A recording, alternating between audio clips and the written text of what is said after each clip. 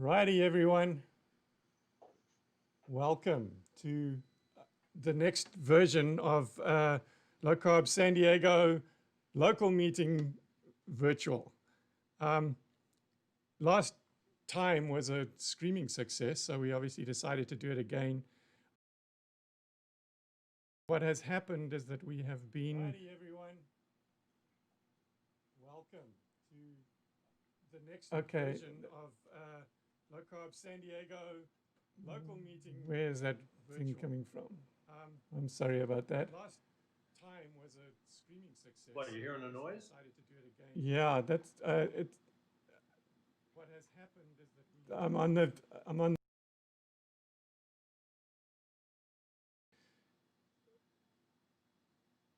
Okay. Sorry about that. All righty. So let's start again.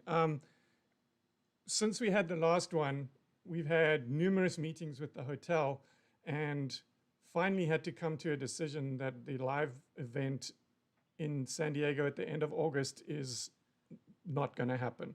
And so we decided to go completely virtual. I'm going to try and have a very similar format to what I did in the live meetings, but it's going to be completely virtual.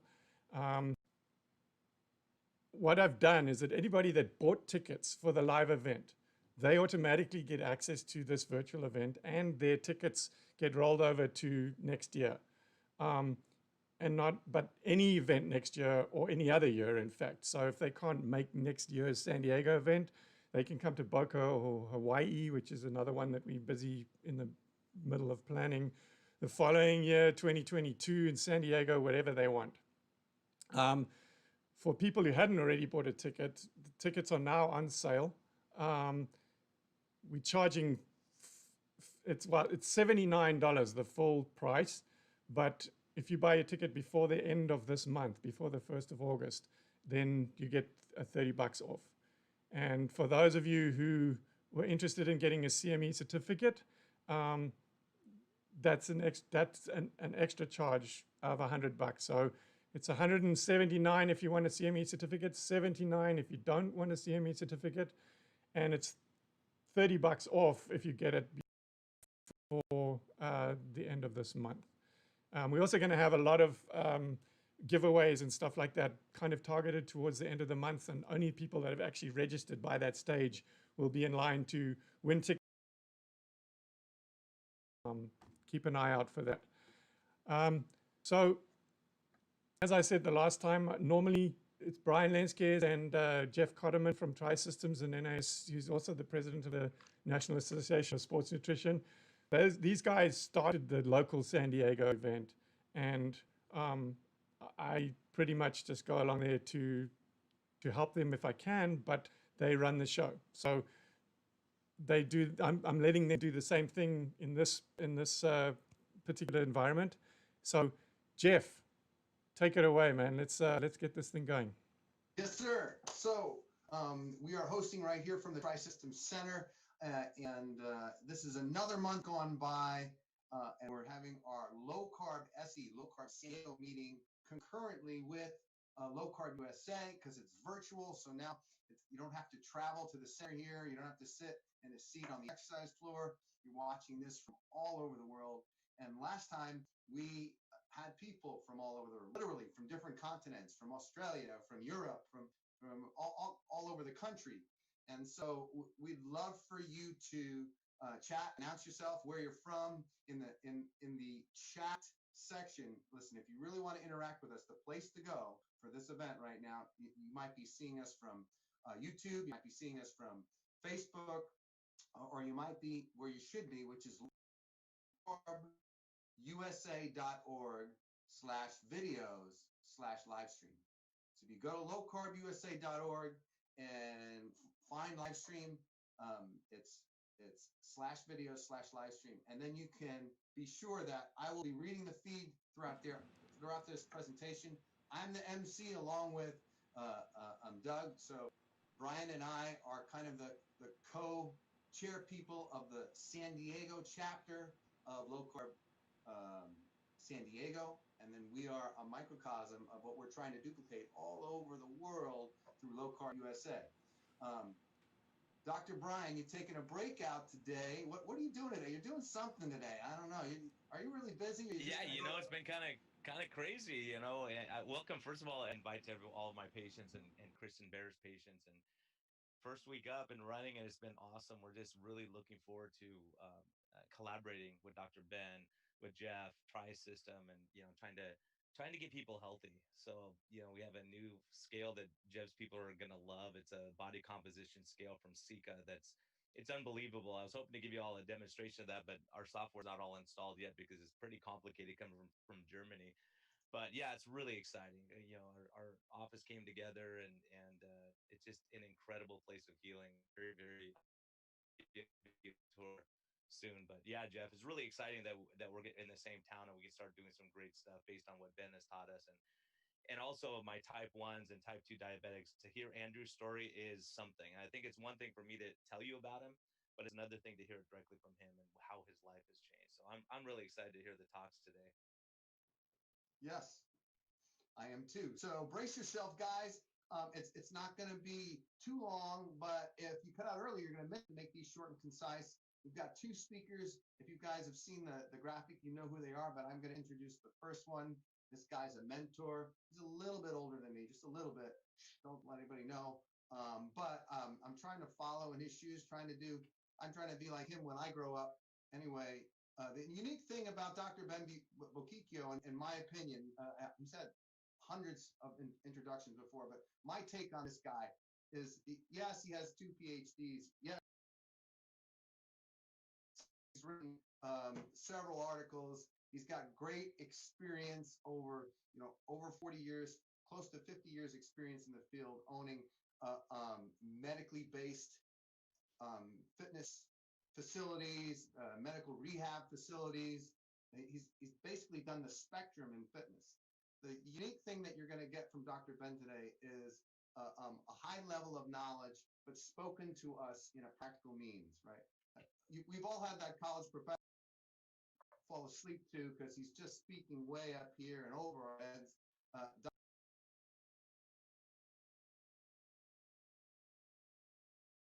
For decades and decades, and he brings it.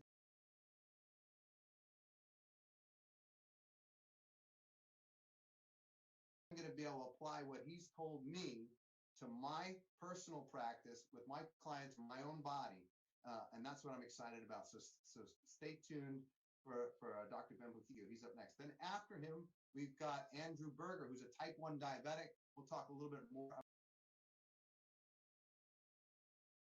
Dr. Ben, and then after that, we're going to have a question and answer period where you guys from all over the world are going to get to ask questions, interact with us, have a conversation via the lowcarbusa.org chat. I already have stuff here. Already got some feedback from people. Redlands, California. We got Terry from Lafayette, Indiana. We got Ken from Peoria, Illinois. Thanks for joining, guys. Keep joining. Hey, before we get started, before Ben gets on right now, really hit that share button. If you are interested in this, I know you know somebody right now that's interested and that's going to benefit from this live conversation. And so I don't want to take any more time away, but just hit that share, let somebody else know so they don't miss out on what we have for today's meeting. Dr. Ben, take it away. All right, share screen. Okie dokie. That's not it. Okay. Just want to make sure I get this up right. Share. Okay. A little bit of background. I'm kind of known as the exercise guy in the low carb movement here. I was a low carb prescriber starting in the mid 1970s. Patients to get keto sticks, and the pharmacist said, "What do you need keto sticks? You're not diabetic." So I've been in that low carb, and some people don't understand or realize that my second PhD was in the development of obesity and fat-related disorders. So I studied all the stuff that, interestingly enough, Gary Taubes reviewed in his Good Calories, Bad Calories. Now, Gary and I go back 20-something years presenting, doing roundtables, seminars, talks together and stuff like that. So I kind of tell Gary, I knew Gary was getting that, So anyway, I mean, I've got that background in nutritional science, but obviously I'm an exercise physiologist by trade. Uh, and so I went to Dougie Reynolds, I guess it's 3 or 4 years ago now, and I went to nothing in this whole deal about exercise. This is goofy. I mean, I've been prescribing exercise for people that are obese and diabetic for years with great results, and obviously with some nutritional intervention. But how come you're not discussing this? And finally, we got to where I presented a little bit, and he said, "We have people who kind of need this information." So, what I'm going to present today is really something that most of the MDs, I think Brian will agree to this, and even the research people have not given the muscle system. You know, we've got a respiratory system and a digestive system and a cardiovascular system. Okay, but the muscle system is probably the most potent signaling um, organ system that we have. It's very powerful, and not to use it as part of this metabolic rehab, if you want to call it, or reversing metabolic syndrome or disorders, to me is at this point ignorant and short-sighted. So I mean, I can't say it any different, more differently than that. So I should be okay. So one of my basic premises about health is that we're all about sending signals and the pathways that those signals have to take, and how do we make these things more to our benefit, get them to benefit. We want to instigate, we take a drug, we want to instigate a metabolic pathway. We eat a certain way, we try and instigate metabolic pathways. So the basic value of what we do has to be measured in how effectively and efficiently and which direction we send these signals and these pathways. So all behaviors and patients function in accordance with the metabolic directives, with the signaling, what we want to have happen when we do this stuff. And since metabolic disorders are primarily generated behaviorally, you don't catch obesity, you don't catch diabetes. It's a consequence of behavior. Dysfunction has to be behaviorally based. What are the two most relevant behaviors, most powerful, related to metabolic disorders? Diet and exercise. Okay, at low carb, we have all kinds of information about diet and low carb and the consequences. But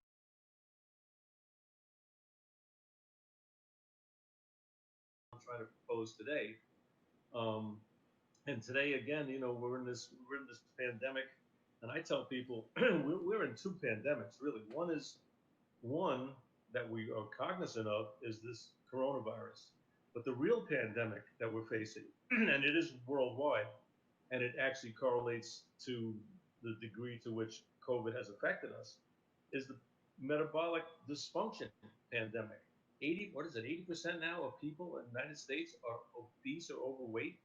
I mean, if that's not a pandemic, if we're going to accept that as normal, then we're in a bad position, okay?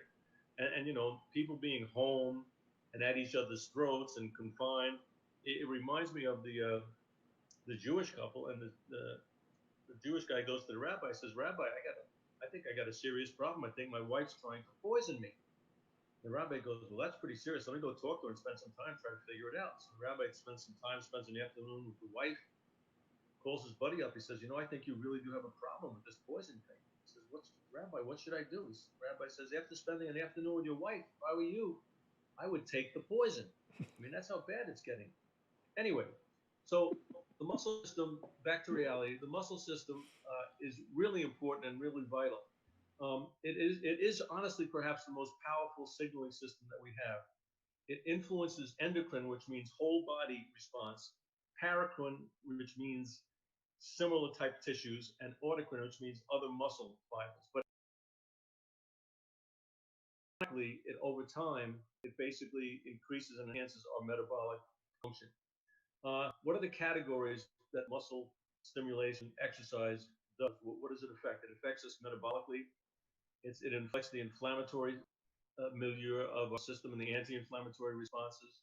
Structurally, obviously, muscles are structural. They make us move, and functionally, they keep our balance. They keep us from aging.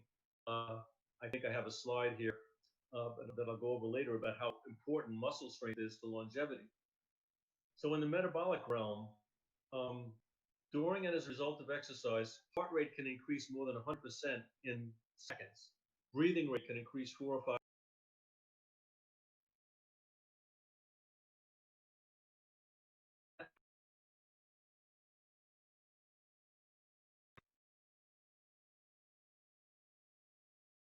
So,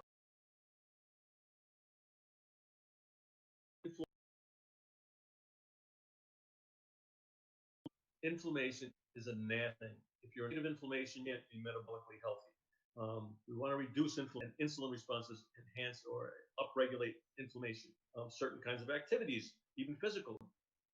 Okay, so acute or immediate homeostasis is deregulated. Okay, so when we're healthy, for all intents and purposes, all our yings and yangs and ups and downs and glucagon and insulin, all these things that are supposed to be in balance are dysregulated. Homeostasis, that's what inflammation really is, that there's an offset on each side of the equation. Something is overwhelming the other side. So the global response to an inflammation, for example, an injury, would be anti-inflammatory. Okay, I'll give you an example of how exercise is such a powerful anti-inflammatory agent. Johns Hopkins School of Medicine approached me and said, we've got these kids that are JIA, which means juvenile idiopathic arthritis. They have juvenile arthritis.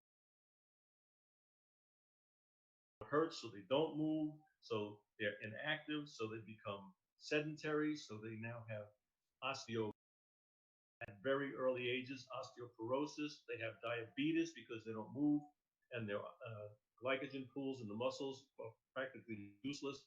Okay, so we did a little study where we did the SMART training, the stuff that I do. Okay, and we actually had these kids after, I think, 12 weeks do the exercise, and we actually measured these signaling proteins that are anti-inflammatory. One is muscle interleukin 6, the other is also interleukin 15. These things we measured in these kids in the blood, and they were enhanced by this exercise. And what did that mean? It manifested them having less pain, being more able to move, have more energy. Their attitudes improved. They weren't in pain. They wanted to do more things. Exercise did that. There was nothing we could do signaling proteins, IL-6, IL-15, to the extent that this exercise did. One note, okay, when I speak of exercise, please try to understand my distinction. Exercise is formal, intense, organized. Activity is steady state, casual, less organized, and I want you to do both, but I need for you to understand I am speaking about exercise, and I'll explain that when I tell you which fibers I'm talking about and what level of muscle action we're trying to describe with exercise. Another note, we know from the dietary that a lot of it's garbage. What was coined low carb interventions had as much as 45% carbohydrate, which we know is not low carb. That's ridiculous. Well, I'm telling you, in exercise protocols, when they measure or they describe intensity, that high intensity is not really high intensity. It's all based on response, and it has nothing to do, or very little, should I say, to do with the intensity and the muscle fiber recruitment. So most of the exercise, fat well and things like that, is all about activity or aerobic exercise. That's why, and I agree with them, and so does a carte blanche to say exercise isn't good for fat burn, unless you understand the distinction between exercise and activity. Of course, the structural muscles, of course, form the structure of your body. They dictate the shape and contours of the body's limbs. Okay, in other words, you would much rather cosmetically to have your physique, your figure, dictated by the shape of your muscles than by the component of joint flexibility and range of motion, which gets us into function. Understand the scheme. The one generator that we have that generates, that makes happen all these other support systems function and improves their capacity are the muscles. They generate the action. The cardiovascular system responds to the band of muscles, increased blood flow. Respiratory system, increased breathing rate. Hormone system, HGH, testosterone, glucagon, leptin, insulin are all acutely and chronically affected and turned on or upregulated or downregulated, in the case where that's an advantage, by exercise. They are supporting the generator, which is the muscle system. Obviously, the skeletal system responds directly, acutely, and chronically, and absolutely to the muscle function. So again, they're the generator. What starts all the action? Okay, you might say your brain, but your brain's reacting to a signal sent by the muscles to start to do something. Systems work and become more healthy, more functionally capable as a result of the intervention of muscular taxation or muscle stimulation or muscle fiber recruitment. Muscles are that important. As far as anti-aging, longevity, and muscles, this is a study I referred to, Ruiz and Blair, 2007, and I know these guys. If you're in the top third for your age and gender in muscle strength, you are 40% and 40% more likely to live to be 100. So the number one correlative to longevity and aging is muscle strength. It's not diabetes, it's not blood sugar, it's not obesity, it's not coronary risk, it's muscle strength. Believe it or not, statistically, that is the most important factor related to aging and longevity. So how does that happen? Well, we all know, we've heard, mitochondria have to be healthy. If mitochondria are compromised or diseased, it's not good. So how do we make mitochondria more healthy, more vibrant, more vigorous, more youthful? Energy from, they are little batteries that produce energy. If you demand energy in a reasonably healthy, not diseased system, the mitochondria will respond in number and in efficiency and in volume, okay, capacity. Also, exercise upregulates collagen uptake. Collagen is what? It's the fascia in your skin. It's the contour of your face. It's the anti-sagging. It's the connective tissue for muscle transmission, muscle action transmission. Collagen is the most ubiquitous. There's more collagen in our body than any other protein. Exercise has a direct effect on the youthful functional capacity of collagen. Balance, agility, endurance, in addition to strength, are also components, functional components, and anti-aging components as a result of exercise. Cardiovascular system, okay? When we demand oxygen, it's delivered by the blood. When you take a stress test, it measures oxygen uptake, okay? Oxygen uptake, what we call VO2 max, was always considered to be a measure of aerobic capacity, okay, of your heart and blood vessels. Okay, we're finding out, we know, and I knew in the 1970s, that a VO2 max treadmill test was a measure of the ability of the working muscles, the glutes, the hamstrings, the calves, and the quads on a treadmill to handle the load and exchange oxygen and still produce muscle force. It has everything to do with muscle potential, and as a result, it's indicated as a result of how much oxygen we can take. But our limitation, all of us right now, are not limited on a stress test by our ability to deliver oxygen and extract it. It's the ability of the local muscle to use that oxygen. So it really is a muscle test.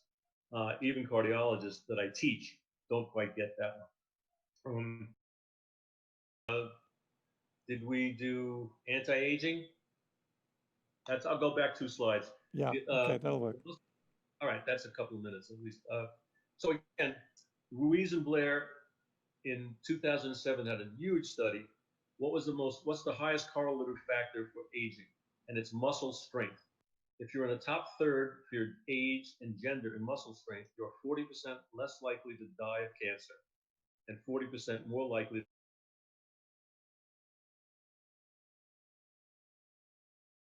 obesity, not diabetes, not heart disease, muscle strength, believe it or not. How does that happen? How do we increase our function, our anti-aging?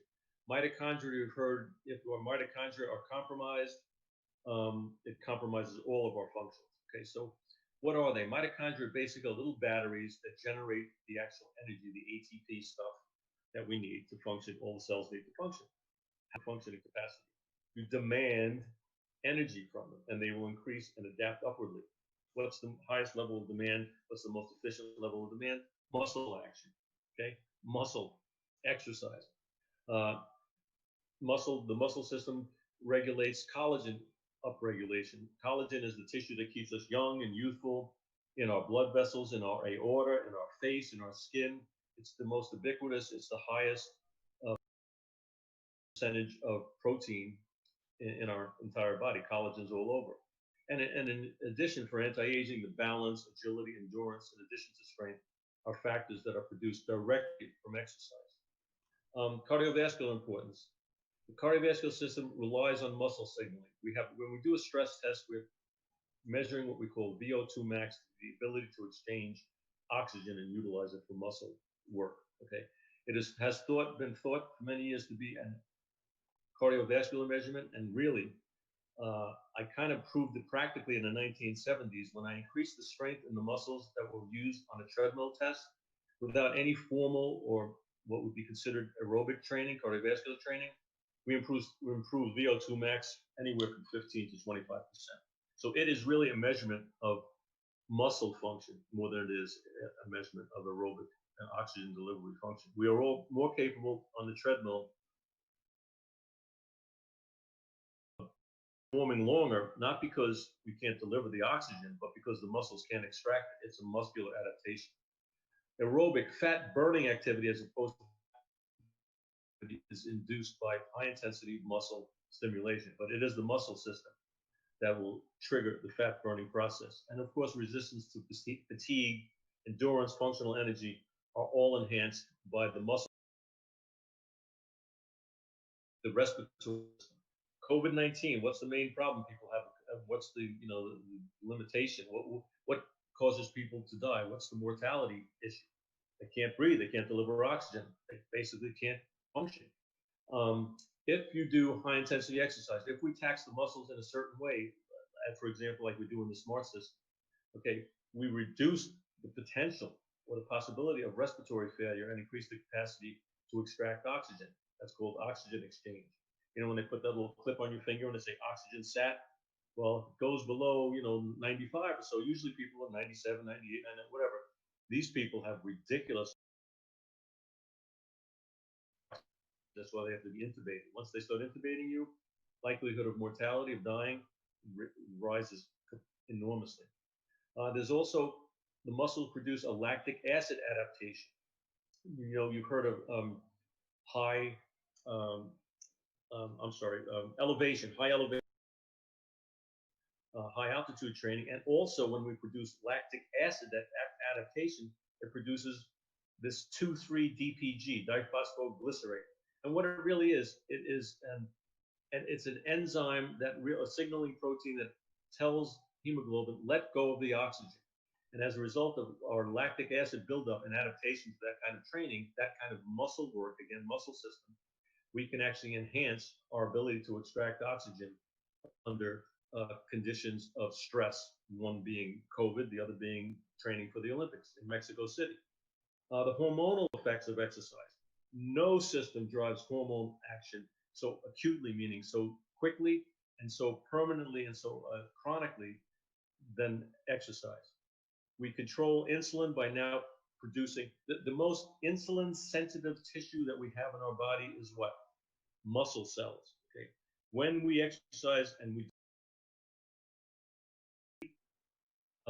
glycogen, we now have more space to put in glucose from the blood, so we don't have to store it in our blood. We don't have to transport it around in our blood. We don't elevate blood pools of muscle cells that want this sugar, and so now they are more receptive. So our insulin receptivity goes up, resistance goes down. We want to refuel that sugar into our glycogen stores in our muscles. Growth hormone, you heard Jason Fung talk about how fasting increases growth hormone. It increases at about 50%, maybe to 100% for a very short period of time. Because in my opinion, when muscle cells are fasting, they're not stupid enough to understand that they're going to grow. They're saying to me, let's produce growth hormone so we don't die.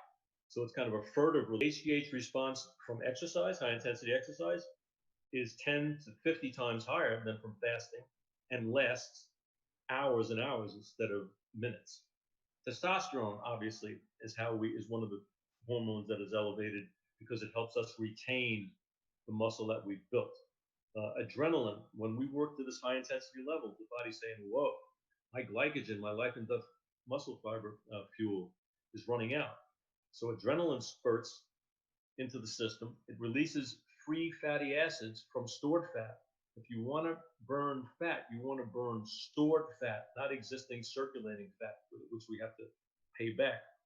That's what this, if you have an adrenaline response, how shaky you are after that situation or even during it, it's because you have so much energy, it's causing muscle movement.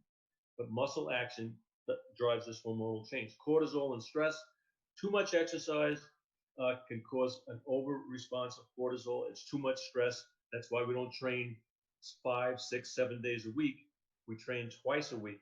So there's a sweet, except for one. There's one exception. I'll go out there. I'll give you 20 seconds to think about it. What tissue is the only tissue that uses more energy per unit of time than muscles? The answer is the biggest muscle, your brain. Okay, just a little test for some of our existing trainers and our MDs. So what does exercise do? It enhances the function of ribosome. What ribosomes are little factories in your muscles that actually produce the protein. Okay, exercise upregulates the activity to produce protein, which is the adaptation for high intensity exercise. We want more muscle so that the next time we encounter working the muscle to failure, we can respond with less stress to the body. We adapt upwardly. That's what ribosomes are. You run out of ribosomes, you don't provide stimulation for ribosomes, you're in big trouble because protein produces a lot of different tissue, has a lot of different function, again, mostly in the muscle. Mitochondria, I went over. Mitochondria are enhanced, upregulated, function is increased by exercise. Okay? That's important because they actually deliver and manufacture the ATP, the actual muscle, activity for cell function. The skeletals, everybody I think understands the importance of the muscle system in driving skeletal response, but here's a kind of a simple understanding. Muscles are called muscle and skeleton that are skeletal attached to the skeleton, really clever.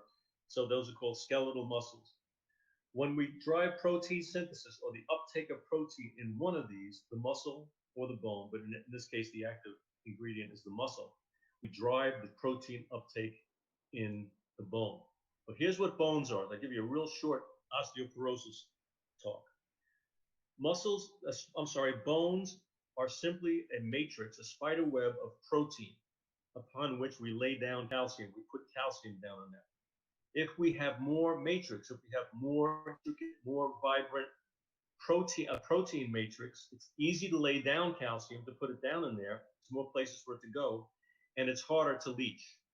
Okay, so if we want to enhance bone turnover, upregulation, we want to increase the protein synthesis, the upregulation, the uptake of protein in our muscles, and it will automatically happen to the attached bones. They are absolutely correlated. If you go into space and you lose muscle, you lose bone. Okay, when you're in a hospital, you lose muscle, you lose bone. During puberty, you increase bone density, muscle, and muscle increases. Muscle increases, bone increases, muscle decreases, bone decreases. It's that simple, unless there are some really weird hormonal things going on. But for 95% of us. Now, the brain, a really book for everybody to read who wants to know how much exercise enhances and the muscle system enhances the brain is Dr. Ratte, a psychiatrist from Harvard, wrote a book called Spark. Now, all of his studies, or most of them, I've spoken to about this, are done with what I call aerobic activity, or studies are done. But the higher the level of intensity, the more the brain is influenced by muscle action, DNF, brain-derived neurotrophic factor. It's basically like miracle growth for the neurons, for your brain cells. Okay?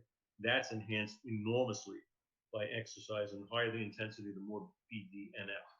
Okay, VEGF, vascular endothelial growth factor. So we know about endothelium being it's the lining of the blood vessels. Okay, that is important. That's a growth factor that's generated enormously, again, by the interaction of the muscles and the stimulation of muscle fibers. Norepinephrine and dopamine, these are neurotransmitters that are greatly enhanced by exercise. I mean, magnified to a huge extent. Norepinephrine basically makes the signal from the brain stronger, so it makes the volume higher. And the dopamine is like a fine tuner, it makes the signal clearer. So, in the case of Alzheimer's, norepinephrine and dopamine are diminished. In the case of resistance exercise, this is why they're telling you resistance exercise for Alzheimer's, not cardiovascular, not aerobics, not steady state, because of these two neuro. And if you think this is old stuff that I'm telling you, June 2020, Journal of Neuroscience, there is a major brain adaptation in muscle strength adaptation. So the brain will adapt as the muscle strength increases. This is, I think, published 6 weeks ago. They're still studying this stuff. Okay, now next slide is Dr. Ben's famous muscle fiber chart, because I don't give a talk without this. I could talk about anything, hamburgers, and I'm going to show you this muscle fiber chart. Okay, exercise is we are trying to make these muscle fibers come into play and work to a threshold level, which means a level at which they will respond and adapt upwardly.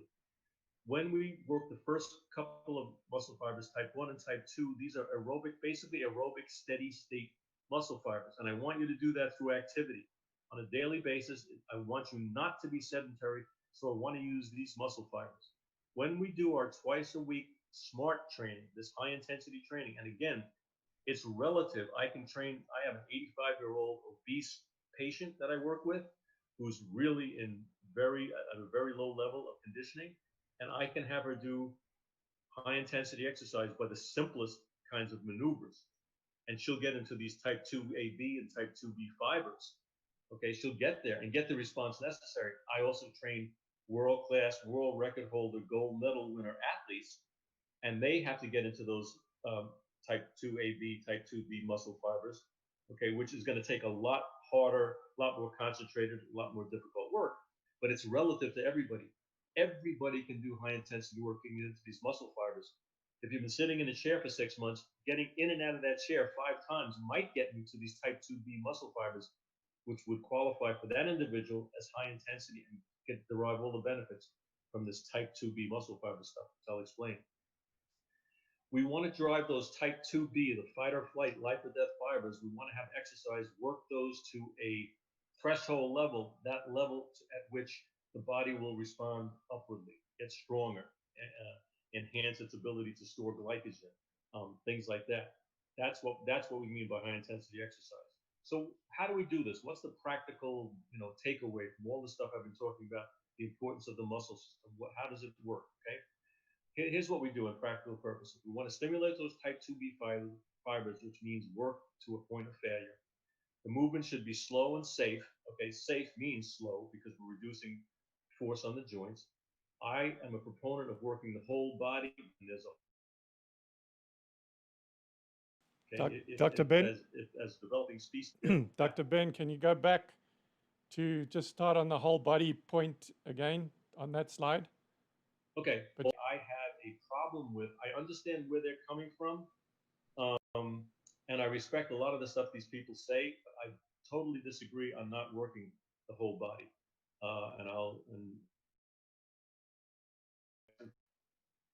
And now, I have been really become a fan of Ted Nyman, and I had made a little bit of fun of him showing his abs and stuff like that. I don't think is optimal or beneficial. If you can get away with 2 15-minute sessions and you have that obligation twice a week, it's much more likely to be adhered to than if I wanted to do 7 or 8 minutes, 6, 7 days a week. I just don't think behaviorally and also physiologically it's the best way to go. You need recovery time if we're going to stimulate this high intensity muscle fibers, these type 2. You need to recover and adapt and give the body time to adapt upwardly. And there's all the literature now is saying we want to take these exercises to what we call muscle failure. It sounds ominous, but it means so you can't do another good repetition in good form, and everybody can do that. So here's in a nutshell, what is the SMART system? This is the system that I developed. It's a name that I gave to this kind of training. Again, we want to work the whole body, 6 to 10 exercises. We want to work large to small muscles. That means that you work the legs and the lats, the big muscles first, because they demand most globally. Remember those systems that support muscle work? We want to get those systems working immediately and most vigorously in the beginning, and then we can sustain that duration a little bit. The exercise for safety purposes and for benefit purposes should be slow and steady, okay, through the whole range of motion. We do one set of each exercise of failure. So when somebody promotes doing 3 sets, because maybe they're using body weight exercises, I consider that to be less than efficient and probably something that joints would not appreciate. The less movement we do with the joints in the long run, the better off we are. Muscles can't count. 5 repetitions or 10 repetitions or any number of repetitions. We want to assess how long the muscle is being loaded, which means how long it's being kept under a high level of tension, and that's going to indicate how many repetitions we do. So that time frame physiologically, and this is physiology textbook stuff, is 30 to 90 seconds it should happen. I mean, you may have a little more, a little less, but almost always 30 to 90 seconds is a good range. And then if there's some mechanical different about an exercise, that may change a little bit. If you stay within 30 to 90 seconds, I think you're in really good shape. Then at that point, you want to fail in that period of time. Then we know externally that failure is going to internally relate to threshold, productive level being achieved. And then again, like I said, this recovery. If you're trying to get a suntan, you don't go in the sun 5 days in a row, 5 hours a day in the middle of the day. You're never going to respond. So you stimulate from the sun, you give your body time to rest, and the same thing with muscles. And then hopefully we adapt, and then we adapt upwardly to actually, create a positive benefit. A couple of things I wanted to mention in here is that we are training through NASN. We are training Restore coaches. I think this Restore personal coaching program is something that we're going to hard on. We've written the curriculums and we're training them through our certification system.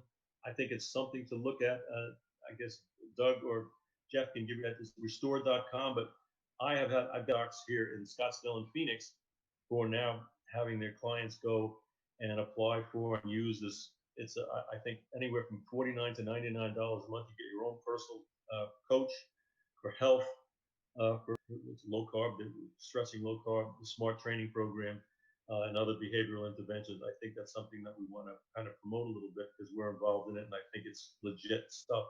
One other thing I wanted to mention is I am working on some assisted resistance exercise equipment. Known as ARX now to many people, but there's a Phoenix company that I'm working with that's developing this stuff.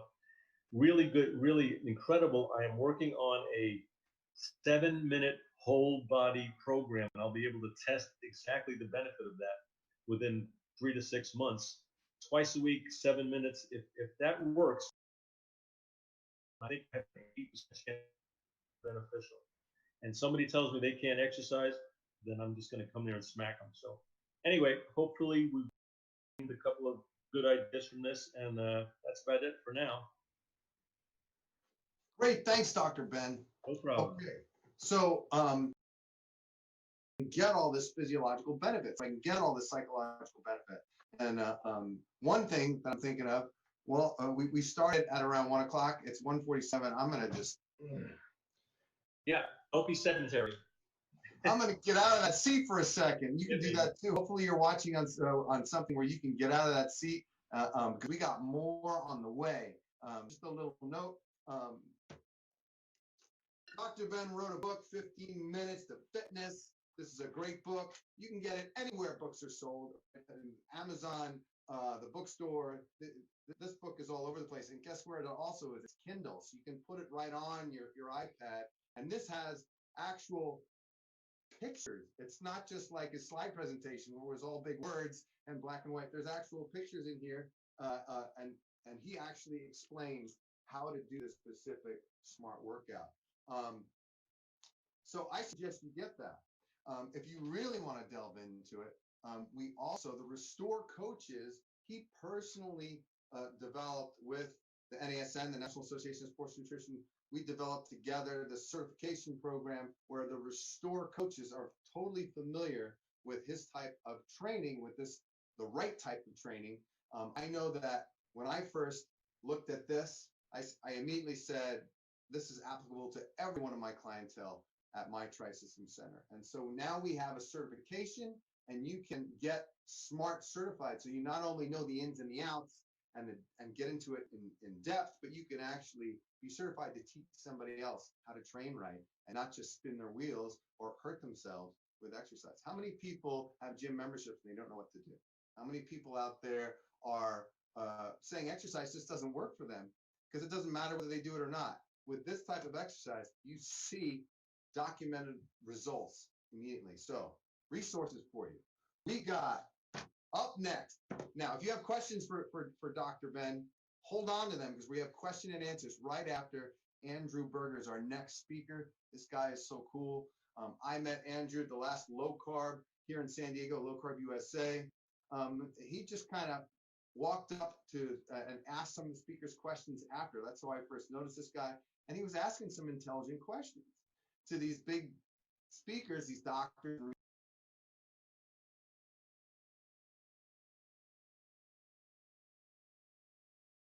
Something. When I first met him back in July, he was double the size he is right now. He was a different person. You wouldn't even recognize him. And the second thing to Andrew's favor is a really good gift that my wife, in about 30 seconds of meeting somebody, she kind of can say, that's a good guy or not for that guy. And Andrew immediately won the heart of my wife. And to me, that's big points. She said, this is a good guy. This is an authentic guy. I don't know if Andrew's single or not, but he's got that good guy, authentic guy persona coming off. That's a good thing. So without wasting any more time, Andrew Berger, will you take it away and tell us your story? Well, thank you for the great introduction, Jeff. So I'm going to set this up. Cool. I actually just had this delivered to me 5 minutes before the live stream started. I had a different presentation, and this was just delivered to me. So I think I'm seeing it for the first time with you guys. So as Jeff mentioned, I've been a type 1 diabetic for quite some time, and here it is. Again, I have no financial disclosures to report. I am a huge supporter of Low Carb USA. Doug and really opened their doors to me at the big conference in San Diego last year. And if you see this name Type 1 Burger, it was an idea that Dr. Canberry, who's a YouTube celebrity, gave me when I told him that, well, I'm type 1 and I eat a lot of hamburgers and my last name is Burger. And he was like, Type 1 Burger, there we go. And it stuck with everybody at the conference. So a little bit about me. I was diagnosed with type 1 diabetes on November 1993. So about 26 years ago. And I was always told by the doctors, eat whatever you want, just give insulin for it, live a normal life like everybody else. And that worked probably a happy young person. And the complications started to, start to happen in my young life, like celiac, which I do think has something to do with type 1 diabetes. You see, it's like 15% of type 1s do. And if you don't know what celiac disease is, it is a gluten allergy. And then being a New Yorker, just like Dr. Ben and Jeff, my whole life, I got a job in California working for a dream radio station, Power 106 in LA, which is one of the biggest hip hop stations in the world. So as you can see on the left and on the right, I know my mom is watching right now, cringing at this picture. A question that I've been asked many times is, what is your why? And you don't just go into low carb one day when you wake up, just like, I'm going to just cut everything out of my life. You do it because so as a type 1 diabetic, I saw my life deteriorating by the age of 25. I am 29 now, I should state that. and I went for a routine eye appointment in 2018. Everything was going well. Exam, and the doctor had a real hard conversation with me. He said, Andrew, you have the Michael Jordan disease of blindness. And if meaning, as Michael Jordan is the greatest basketball player to ever live, he was saying that diabetes, creates the biggest eye problems ever. And my blood sugars were high all the time for years. I was always in the twos, the threes, the 400s at times. And, being at this dream job, there was a lot of pressure on me to prove myself, at least pressure that I was putting on myself. So I gained 50 pounds in a year at my new job. Um, I was pretty depressed outside of work. I mean, I loved the job, but I couldn't function outside. I needed daily naps, being 2 to 4 hours, and this went on for since I was about 14 years old. Very yellow, and they were starting to turn green actually, which was kind of disgusting. And I actually developed a really bad binge eating disorder and food addiction. I would eat in the middle of the night. I would eat whenever I was bored. Hey, Anytime that I wasn't actually eating. Andrew, Yep. do you have a something playing in the background? Because it's we've got a bit of an echo. No, I don't. I have nothing. Do you hear me better now? I can move the mic. Maybe it's that. It's it's like a replay. Andrew, do you have a something playing in the background? Because it's No, I have nothing. we've got a bit of an echo. Is this better? Do you hear me better now? On my end, I hear you perfectly. It may be from the live stream. It's like a replay. Anything? Is this better? Do we? Yeah, I don't hear anything, but I'll keep going. If the comment is a problem, then I'll try to figure that out. But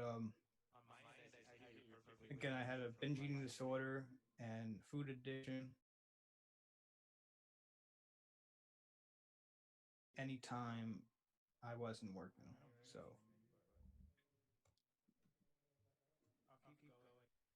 so in 2010, I was in my freshman year of college. I also gained 25 to 50 pounds that year, and I went on Weight Watchers. So I've been dieting since I was 19 years old.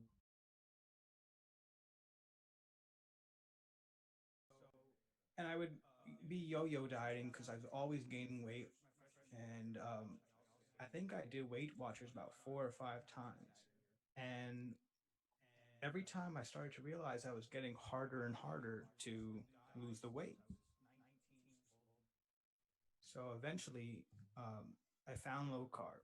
And, even after all the bad news from the doctors, saw a number of 203 pounds. And I'm 5'5", so that's about 60 pounds overweight. So in August 2018, I signed up for the gym and I said to myself, this is the last time I'm dieting because I'm tired of this. So I was at the gym and I was going 6 days a week, which, as Dr. Ben said, is a recipe for disaster. And, I would listen to the same music every single day and I got really tired of it. So I said, let me look for a fitness podcast. And I found this podcast that was talking about basically going low carb. And there was an episode, and how the advice they're giving people is pretty bad. So I listened to this and I was like, wow, I'm going to try this out. Little did I know, by trying this out, my life would change forever. So I actually have a more updated picture that I'm going to show at the end of this. But within about a month, I lost 20 pounds. So there was dramatic weight loss right away.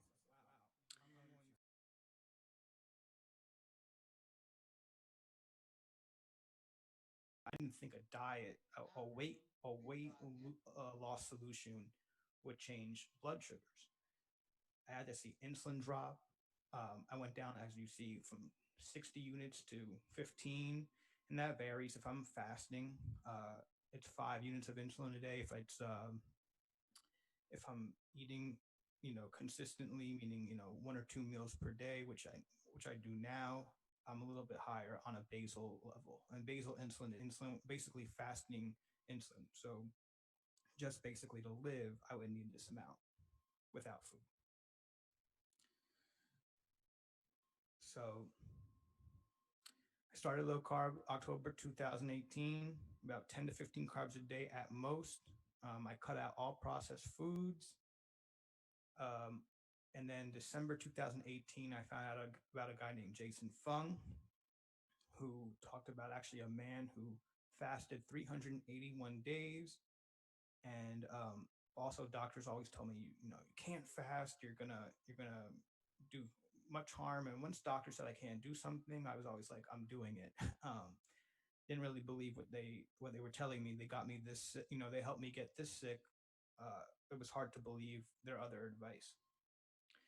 So in July 2019, I went full carnivore pretty much on accident, by accident. I was hearing about it, but I just said, I'm going to try this out. And it was 6 days into July. I said, oh, I haven't had carbs yet. I'm going to keep going with this. And a more dramatic weight loss started to appear. August 2019, I did a 7-day fast, which most of my doctors would said that I'm not telling the truth, but I really did do a 7-day water fast. It was a euphoric feeling. And then just recently, I went to beef and water only, tier 4 carnivore, and that's consists of ribeye steaks, some ground beef, and I do supplement with organ meats. Beef liver is what they consider the new kale. So I eat 1 meal a day most of the time, sometimes two. I'm pretty much full after 1 meal, which is a great thing because I come from a food addiction. Food was everything I would do when I was bored to, yeah, I'm not that hungry. Um, so I've recently went to beef and water. I've heard about some type 1s who stopped taking insulin because they went fatty ribeyes only.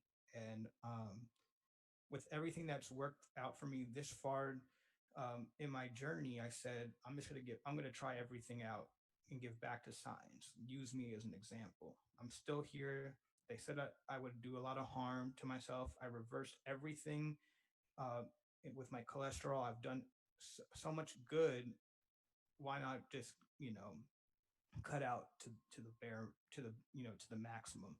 And um, people say to me all the time, eating one thing, aren't you bored of that? No, it's actually it's not restrictive, it's liberating.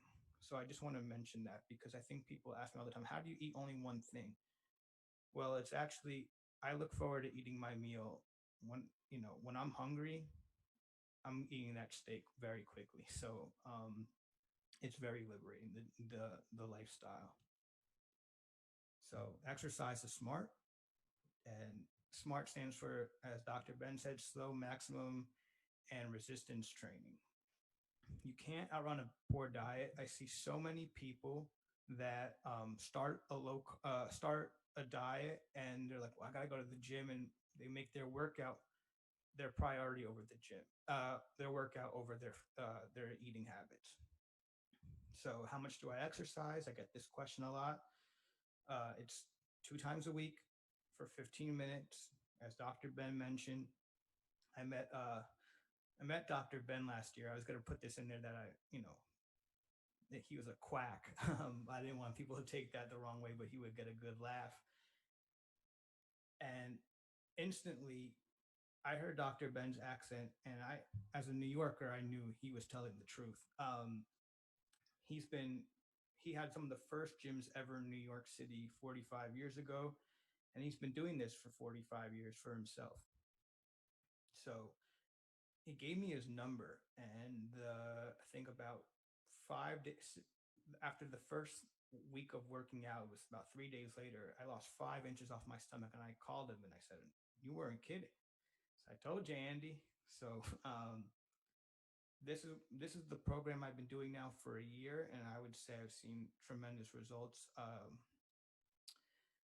I actually have an updated picture I'm going to show after this, but 77 pounds down, about 55 of it in the last, I would say the last year. This is the real shocker right here is the A1C, which is basically your 3 month fasting glucose.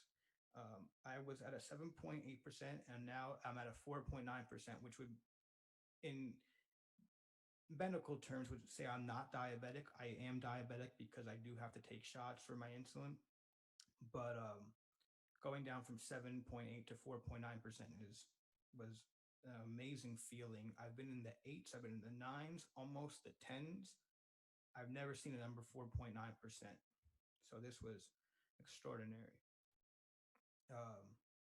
About a year and a half ago, I was probably about 45% body fat. And I just got a DEXA scan done a week ago, and I was down to 17% body fat, which is considered athletic.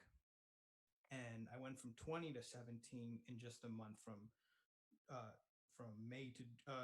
June to July, just working out 2 times a week for 15 minutes. My blood sugars run from 65 to 95 most of the time. Right now I'm 90.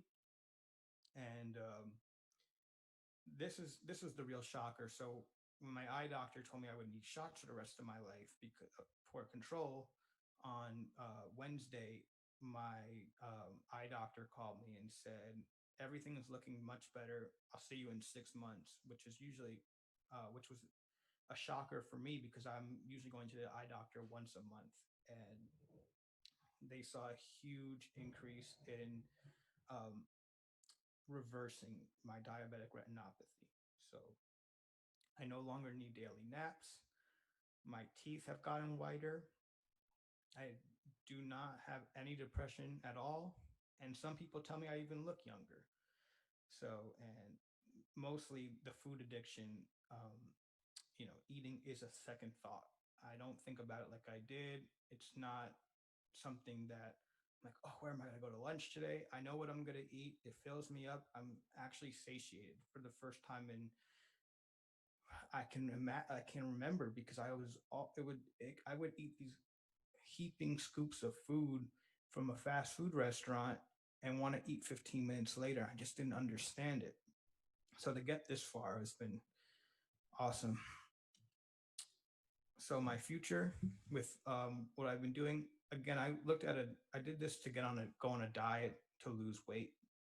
And it's actually changed my life. So I'm actually working with Jeff Cotterman on my licensed primary sports nutritionist and physical training certificates. I continue to research low carb every single day on YouTube, always looking and seeing what new studies are out because it's constantly changing. I have a new interest in researching seed oils, and this is a big topic with PUFAs, uh, polyunsaturated fatty acids, and how they've affected our life since the 19th century. Two guys you could look up are Tucker Goodrich and Chris Kenobi. I think Tucker Goodrich has been on Brian Lenskis's podcast. And of course, I look forward to bothering Dr. Ben when I have a question. So, and I like this graphic on the right about mainstream doctors. And there are a lot of great doctors out there. I mean, Brian Lenskis is a really, really good friend of mine now, and he is changing the world with his podcast and his new practice. But this is how I think a lot of us have doctors failed us here. So just take a good look at that. Anyone that's type 1, type 2, or just wants to reach out about their journey, I'm here for you. Type 1 Burger on YouTube, Twitter, Instagram. Send me a message. You can email me at type1burger@gmail.com. I would love to hear from anybody that, I was in their shoes at one point. So, And these are just some thank yous. Of course, Brian, he was one of the first doctors at Low Carb USA last year to welcome me in, and thank me for being there. So I always want to mention him, and of course Doug and Pam, who really reached out with open arms to including me in events that I probably shouldn't have been at last year, like the guest dinner after, and Dr. Ben, of course. So that's my presentation. Thank you, Andrew. That was brilliant.